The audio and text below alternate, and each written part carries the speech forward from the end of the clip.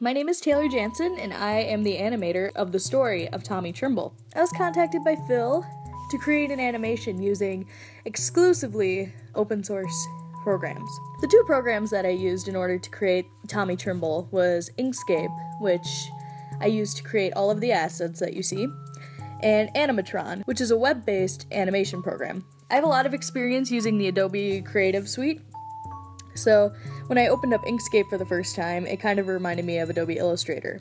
Things were laid out a little bit differently, but I picked up on it pretty quick. Animatron is a very interesting combination of a primitive After Effects and a primitive Flash. Put together, they make a really powerful animation tool. So what you see here is me using the pen tool in Inkscape to create the barber chair asset. I used a lot of the duplicate tool, which is that double square up in the top, and I used a lot of the flip on the vertices as well in order to create symmetrical pieces.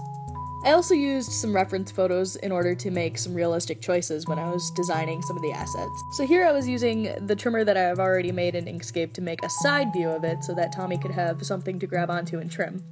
Once again, I'm using the duplicate tool in order to make the same shape, but put it backwards to give it a little bit more depth. The pen tool is very important when creating things in Inkscape because it is the main tool that you use in order to draw. Over on the right side of the screen, there's the Layers tab, which lets me organize all of my things on different layers. The Fill and Stroke tool set allows me to pick the right colors for the fill and the stroke, and then I could make the stroke transparent. And then the last tab that I used was the Export PNG image. But as for using SVGs, which is what I did for most of the images, all you had to do was go up to File, go down to Save As, and completely rename this object while turning off all the other layers, and then it would just show up. So then I would bounce over to Animatron, and I would select the new SVG that I created. And then I just clicked the plus side on the project library and it added the whole thing to my project. So as you see, this SVG file is transparent, which is great because then it only shows the one item that I drew. In order to get my characters into Animatron, I had to export all of their pieces as separate files so that they would all be able to be animated separately from each other because kind of like a puppet, if you don't leave all the layers disconnected from each other, you're not going to be able to move them separately. I imported all of the separate pieces that I created in Inkscape, and I put them together in this scene in order to make Tommy Trimble be able to trim. Now here's the new trimmer. I actually imported it with a set of hands on it.